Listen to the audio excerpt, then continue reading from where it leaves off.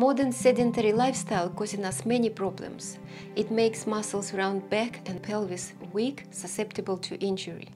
In addition, when you get stressed, all muscles around the body become tight. Then, when you lift something heavy without preparation or stretching, then weakened by prolonged sitting muscles fail to support you, and that's how most of injuries are done. When forces are applied, you can even squeeze the disc out of your spine.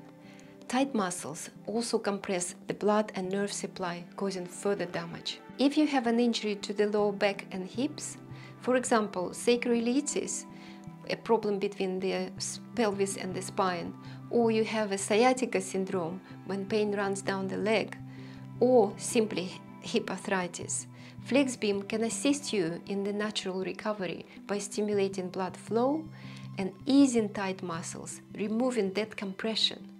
Combine use of the FlexBeam with gentle exercises, training the core.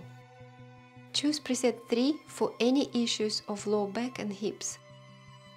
Always start with placing the FlexBeam on the area where you feel the issue. If your issue involves one hip, you can start by applying the FlexBeam to that side. Then focus on the center of the spine. In case of an ongoing low back pain, add 2 positions above and below your pain. In case of an ongoing hip issues, after applying it to the painful hip over the front and back, move the FlexBeam to the position above the waistline. If the issue is recent, use the FlexBeam for 20 to 30 minutes daily with the weekend off. If the issue is ongoing, use the FlexBeam for 30 minutes every other day for 3 to 4 weeks, followed by 1 or 2 weeks off. The effect is cumulative, but you can stop when you're happy with the result.